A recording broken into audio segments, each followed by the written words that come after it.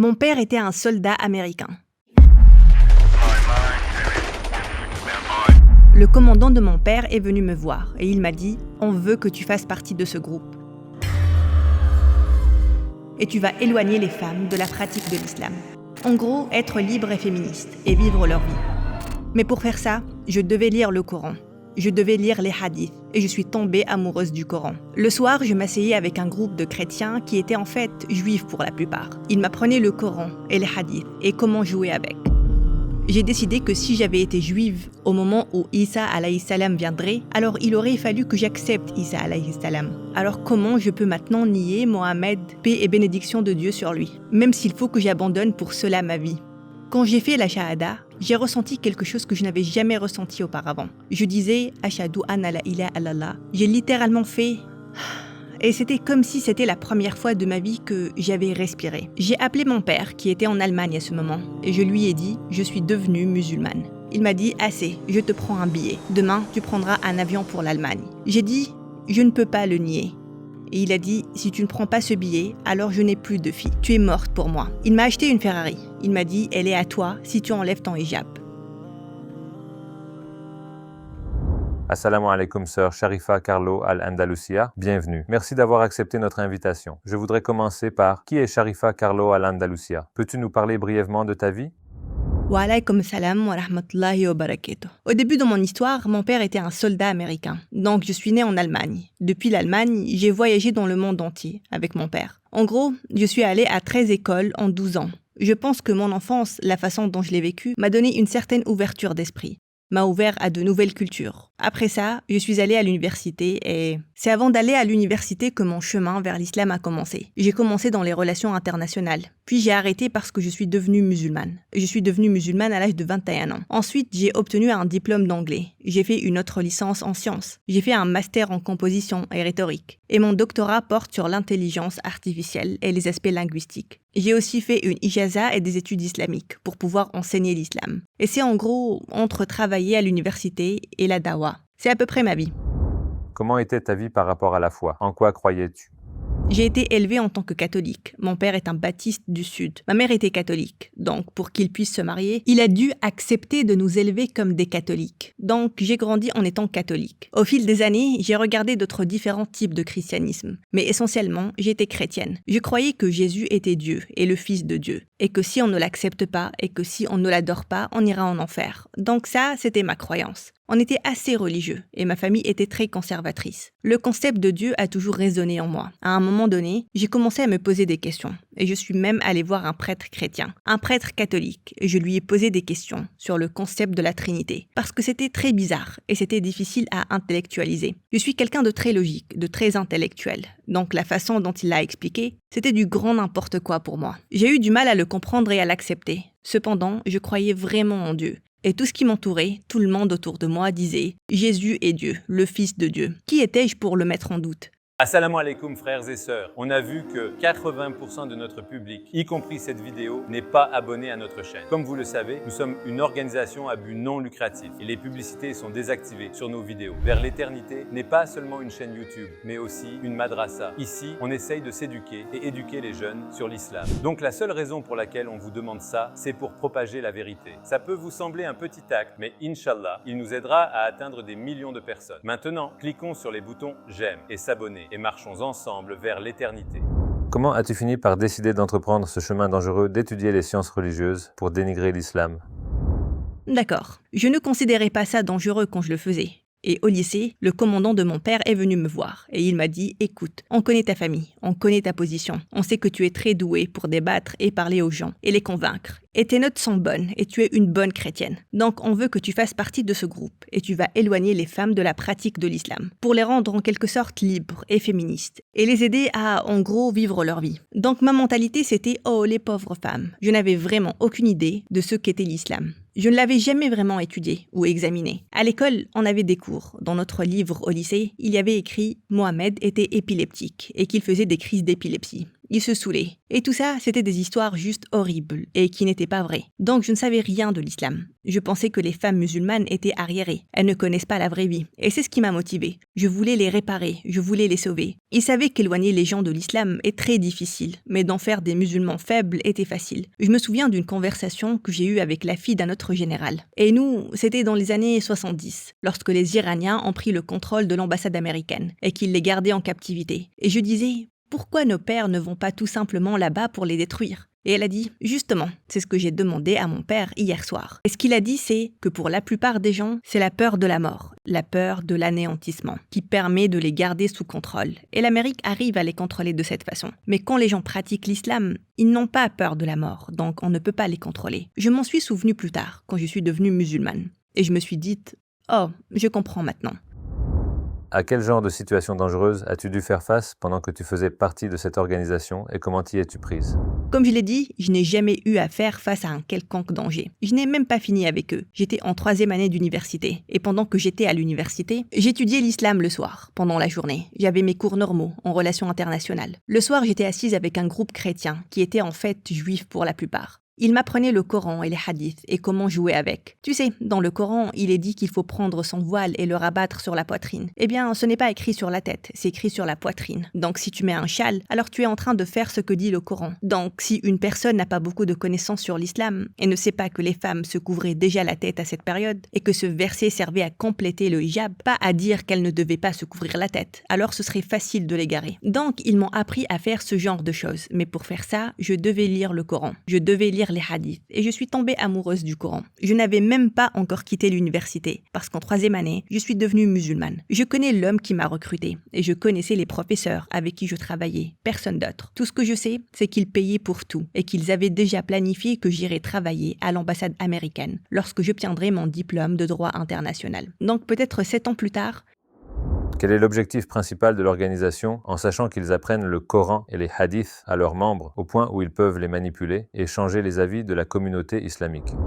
Ce qu'ils voulaient, c'était le pouvoir et le contrôle. Ils se sont aussi rendus compte que, parce que je leur ai demandé pourquoi on cible le féminisme et les femmes, et leur réponse était « si tu détruis un homme, tu détruis un homme. Si tu détruis une femme, tu détruis les générations qui viennent après elle, pour qu'ils ne pratiquent plus autant l'islam, pour qu'ils s'affaiblissent et se concentrent davantage sur la dunya et non sur la akhira. » Ces gens peuvent être facilement manipulés et déplacés, et ils en faisaient ce qu'ils voulaient. Ils se moquent de savoir si ces personnes iront au Jannah ou Jahannam. Ce qui leur importe, c'est on peut les contrôler, on peut les manipuler, on peut faire à cette société ce que l'on souhaite. Tu sais, il y a un vieux dicton qui dit « les moyens les plus efficaces pour contrôler les gens sont le sexe, la drogue et la musique ». Et par musique, on entend tous les médias. Donc, en utilisant ces choses, on influence les gens pour qu'ils fassent ce que tu veux ou qu'ils se concentrent sur cette vie. Comme ça, ceux qui détiennent le pouvoir peuvent faire tout ce qu'ils veulent et tu ne le remarqueras pas et tu t'en ficheras parce que tu es préoccupé par « il me faut cette voiture, il faut que je sois belle, il faut que, tu sais, comme maintenant, il me faut des likes, peu importe ce qu'il me faut, qui est orienté vers la dunya. »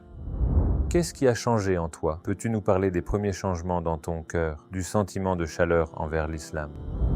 La première chose, en lisant, quand tu lis le Coran, c'est tellement logique. Le Coran est logique. Quand on est assis là et qu'on le lit et qu'on regarde les versets, on comprend. Il n'y a qu'un seul Dieu. Ce Dieu n'a pas d'enfant. Ce Dieu est omnipotent. Ce Dieu est tout ce dont tu as besoin dans un Dieu. Tout ce que tu penserais être un Dieu. C'est logique. Personne ne pouvait répondre aux questions quand je les ai interrogés sur cette Trinité. Donc, ça faisait vraiment appel à mon sens de la logique. C'est pour ça que quand j'ai commencé à l'apprendre et que ça a commencé à me plaire, j'ai décidé de prendre des cours de christianisme pour devenir une chrétienne plus forte. Je suis les cours de christianisme, je rentre dans la classe. C'est un professeur diplômé de Harvard. Il avait 80 ans et quelques. Il est très connu en tant que spécialiste de la théologie du christianisme. Et j'ai dit, d'accord, il va m'enseigner l'Ancien Testament. Le Nouveau Testament à partir de l'original. On a étudié le grec, l'hébreu, l'araméen, le latin. Et la première chose qu'il a fait en classe, il a pris un exemplaire de la Bible, la version King James, en anglais. Et il a dit, prenez ça et jetez-le à la poubelle. Mon cœur s'est figé. Et puis il a dit, Jésus, paix sur lui, ne parlait pas anglais. Et puis, il nous a ramenés. En fait, il était unitarien, c'est-à-dire qu'il croyait qu'il n'y avait qu'un seul Dieu et que Jésus était un prophète. Subhanallah. Il était quand même chrétien, mais à cause de toutes les choses qu'il avait étudiées, il s'est rendu compte qu'il y avait eu un changement dans la Bible. Donc, lorsqu'il nous a fait découvrir les anciens documents, les changements les ajouts, les suppressions. Il nous a donné les connotations historiques, comme pourquoi cette chose a pris lieu, qui a fait ça et pourquoi. Donc, au lieu de me retrouver avec une foi plus forte, j'ai complètement perdu toute foi que j'avais dans le christianisme. Et me voilà encore en train d'étudier le Coran. J'étudie encore les paroles du prophète, sallallahu alayhi wa sallam. Donc, ça, c'était la première année. La deuxième et la troisième année ont été consacrées à l'étude de toutes les religions du monde, parce que j'étais toujours amoureuse de l'idée que je serais une ambassadrice, que je vais atteindre une haute classe sociale, que je vais avoir un certain niveau, sachant que j'étais déjà à ce niveau, mais que j'allais y arriver toute seule, sans l'aide de mon père. Je voulais la dunya, je voulais cette vie, je voulais l'argent, je voulais la classe, je voulais le poste. Je ne voulais pas perdre tout ça. Et je savais que si je devenais musulmane, c'est exactement ce qui allait se passer. Donc j'ai étudié toutes les religions possibles et imaginables. À la fin, je me suis rendu compte que je ne pouvais pas contourner le problème. L'islam est la vérité. Quant au bouddhisme et à l'hindouisme, ce sont plus des philosophies que des religions pour moi. Elles ont toutes le même fond moral, le même bagage éthique. Le problème, c'est que je ne peux pas croire qu'il y ait des millions de dieux. Je ne peux pas croire qu'un humain puisse être un dieu. Je veux dire, si je vais accepter Bouddha, alors je dois accepter Jésus. Aucun d'entre eux n'avait de sens pour moi. Je cherchais Dieu. Qui est Dieu? Qu'est-ce qu'il attend de nous? Si je dois passer du christianisme à autre chose, alors il faut que ce soit quelque chose qui m'offre plus, et non pas moins. L'une des choses que j'aime faire, c'est que quand j'enseigne l'islam à quelqu'un, je ne dis pas simplement « Allah dit » et le prophète alayhi salam dit. Je suis très claire à ce sujet. Allah dit ça, le prophète alayhi salam a dit ça. C'est comme ça que les compagnons l'ont mis en pratique. C'est comme ça que tous les savants à travers les siècles l'ont compris. Et jetons un coup d'œil à la sociologie. Tu vois comment ça s'imbrique? Jetons un coup d'œil à la psychologie. Tu vois comment ça s'imbrique? Ici, on a de la physique. Voyons comment ça s'intègre. Pour qu'on puisse, comme Allah l'a dit, regarder les preuves et réfléchir. De cette façon, non seulement ça rend les choses plus claires pour les autres, mais ça renforce aussi mon cœur. Parce qu'encore une fois, je suis quelqu'un de très logique. Après avoir étudié d'autres religions pendant de nombreuses années, tu as vraiment fait beaucoup d'efforts pour ne pas entrer dans l'islam. Qu'est-ce qui t'a fait changer d'avis et qui t'a fait entrer dans l'islam en fin de compte?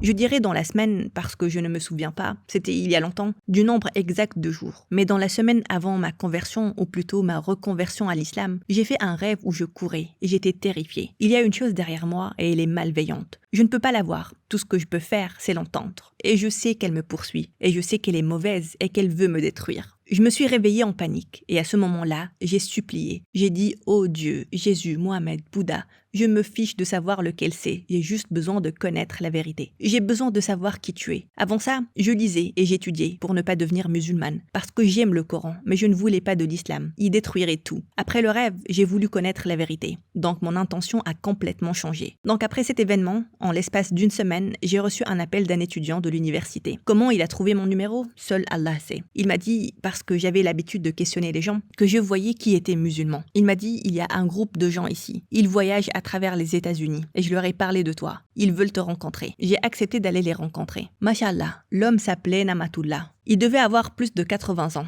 Grosse barbe blanche, aucun cheveu noir. Que des cheveux blancs, mais très intelligent. Et je suis en train de l'interroger. Et il me dit, non, dans la Bible, ils ont changé ça. Non, ça a été ajouté. Et ainsi de suite. Les mêmes choses que mon professeur avait dites. Et c'est là que j'ai eu le déclic. C'est ça la vérité. Je ne peux pas le nier. Je ne peux pas continuer à le nier. Et maintenant, ça fait sens. C'est logique. Et c'est ce qui m'a convaincue. À ce moment, j'ai décidé que si j'avais été juive au moment où Isa, Jésus alayhi salam viendrait, alors il aurait fallu que j'accepte Isa alayhi salam. Alors, comment puis-je maintenant nier Mohamed, paix et bénédiction de Dieu sur lui? Même si pour cela, il faut que j'abandonne ma vie. Ça n'a pas été facile. Je pense sincèrement que Allah m'a renforcée parce que j'étais une enfant gâtée. J'étais quelqu'un qui, tu sais, j'allais voir papa et je lui disais « je veux » et voilà la carte, va l'acheter. Ce n'était pas une décision facile, mais c'était comment puis-je nier cette vérité? Donc, je ne peux pas expliquer tous les concepts de l'islam, mais Allah continue à me montrer des choses pour me rendre plus forte. Je crois sincèrement qu'Allah te donnera ce dont tu as besoin, lorsque tu en auras besoin. Peux-tu nous ramener au moment de ta shahada? Qu'as-tu ressenti? À la fin de la nuit, c'était au Fajr, parce que le cheikh m'a dit « on doit prier ». J'avais passé toute la nuit à discuter avec ce pauvre vieil homme, qu'Allah lui donne Jannat al-Fardaus. Il me dit « on doit prier, mais je t'invite à devenir musulmane ». Et ces mots ont été très forts pour moi, parce que personne ne m'avait jamais dit « deviens musulmane ». Même si j'y avais pensé, Personne ne m'y avait jamais invité. Maintenant, je ne quitte jamais personne sans lui dire « je t'invite à devenir musulman ou musulmane ». Quand il m'a dit ces mots, mon cœur s'est dit « c'est ce que je veux, c'est ce qu'il me faut ». Donc alhamdoulilah, je lui ai dit oui. Quand j'ai dit la shahada, j'ai ressenti quelque chose que je n'avais jamais ressenti auparavant. Je disais « ashhadu anna la ilaha illallah » et j'ai senti qu'il y avait quelque chose de lourd sur ma poitrine qui avait été arraché. J'ai littéralement fait... C'était comme si c'était la première fois de ma vie que j'avais respiré. Des années plus tard, je lis dans le Coran le verset qui parle d'aller les gens qui ne sont pas musulmans ou qui ne croient pas ont les poitrines serrées comme celui qui gravait une montagne. J'étais là, la journée entière était tout simplement exaltante. J'avais l'impression d'être libre, j'avais l'impression d'avoir enfin trouvé l'endroit où j'avais besoin d'être. J'ai trouvé qui et ce que j'avais besoin d'être et j'ai senti comme une sorte d'euphorie spirituelle. Même, je suis rentrée chez moi, dans mon appartement. J'ai appelé mon père qui, à l'époque, était en Allemagne.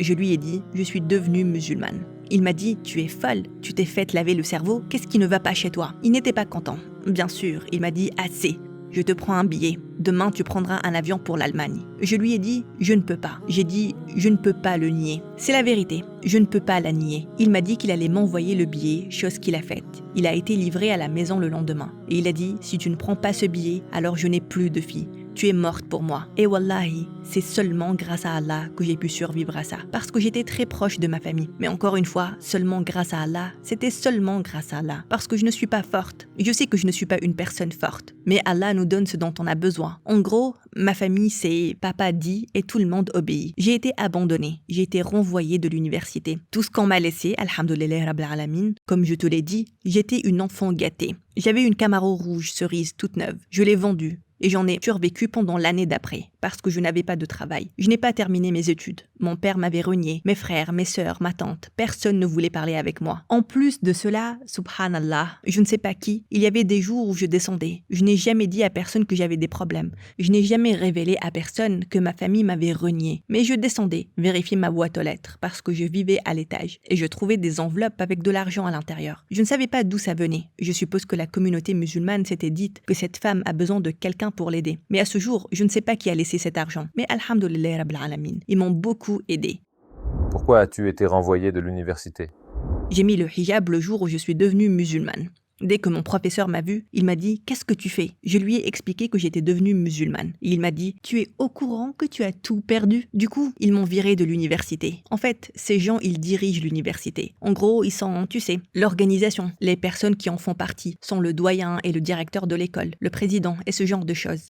Le doyen de mon collège a dit « Assiste au cours, continue à venir. Je te garantis un F à partir de maintenant. » Je ne savais pas quoi faire et je savais qu'il pouvait le faire. Les derniers cours que j'ai suivis étaient tous des études indépendantes. C'était juste la dernière partie de ma formation. Et si je n'arrive pas à valider ça, alors je n'arriverai pas à valider ma formation. Donc pendant un an, je ne suis pas allée à l'école. J'ai eu du mal à trouver un emploi. J'ai même essayé de trouver un emploi en tant qu'archiviste. Tu classes juste des dossiers. Et ils m'ont dit « Je suis désolée, ton truc de hijab là, tu ne pourras pas. À cause de ça, tu ne pourras pas faire de classement. » Comme si, d'une certaine manière, ça me rendait stupide. Papa sait que j'aime les voitures rapides. Il m'a acheté une Ferrari. Il m'a dit « Elle est à toi si tu enlèves ton hijab. » Mais j'ai dû dire « Je suis désolée. Dunya ou Allah, lequel je veux. » Et le choix était très simple, alhamdoulilah. J'ai pu payer mon loyer. J'ai pu acheter les choses de base dont j'avais besoin. Mais à la fin de l'année, en fait, ce qui explique pourquoi jusqu'à aujourd'hui, je n'aime pas beaucoup les pâtes à la sauce tomate. La seule chose que je pouvais me permettre d'acheter, c'était du concentré de tomate, quelques épices et des macaronis, parce que j'étais fauchée, complètement fauchée. Mais ensuite, Allah a ouvert la porte, subhanallah. Mon père, à ce moment-là, était à Porto Rico. Il était le commandant de la base à Porto Rico. Il m'a appelé et m'a dit « La vie de chacun d'entre nous, travaillant dans les bâtiments militaires et fédéraux ici, était menacée. Tous ces postes, ces gens et leurs familles ont été menacés par un groupe de personnes qui voulaient l'indépendance de Porto Rico. » Du coup, mon père m'a appelé et m'a dit « Tu auras des agents de sécurité chez toi, dans l'heure qui suit. » Et il a envoyé un marine chez moi pour monter la garde. Après ça, je suis restée là-bas pendant quelques jours. Et puis, il m'a emmené en avion, là où il était, dans notre maison en Caroline du Sud. Et il m'a récupérée à ce moment-là. Je ne peux pas en vouloir à mon père. Si tu aimes quelqu'un, il m'aimait. Je suis sa fille. Alors tu voudras le sauver de ce que tu penses être une erreur. Du coup, il s'est dit, cet enfant gâté, si je lui enlève l'argent, si je lui enlève la famille, si je lui enlève toutes les choses qu'elle aime, alors elle reviendra en courant. Et je ne l'ai pas fait. Et il aurait pu faire ça plus longtemps pour me donner une chance de revenir. Mais maintenant, je suis en danger. Du coup, il s'est dit, oublie tout ça. Laisse-moi juste la récupérer. Et c'est ce qu'il a fait. Donc à partir de ce moment-là, alhamdoulilah, il s'est occupé de tout. À quoi pensais-tu pendant toute cette année? Qu'est-ce qui te passait par l'esprit? Comment te sentais-tu et comment as-tu pu faire face à cette situation difficile? Je sais que ça a l'air bizarre. J'avais lu les hadiths qui disent que si Allah aime quelqu'un, il le met à l'épreuve. Il ne veut pas que tu aies dans ton cœur autre que lui. Pas la dunya, pas ta famille, pas ta société. Donc je sentais que, ok, Allah me teste. Allah veut voir si je crois vraiment. Allah veut voir si je vais être pieuse. Et si j'y arrive, il m'aimera. C'est ça qui m'a motivée. Je voulais qu'Allah m'aime. Quelle a été la réaction de l'organisation lorsque tu t'es converti à l'islam? Est-ce qu'ils ont essayé de te faire du mal pour que tu ne parles pas de leurs secrets? Comment ça s'est passé?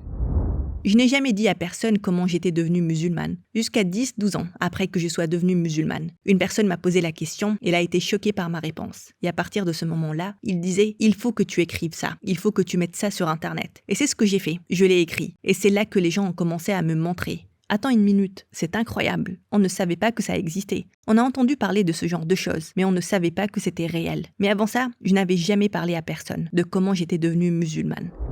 Je tiens à vous remercier de m'avoir invité ici et de m'avoir donné l'occasion de m'exprimer. Towards Eternity ont été très gentils avec moi et vos questions ont été très stimulantes intellectuellement parlant. Je suis très heureuse d'avoir pu venir et faire ça pour vous tous.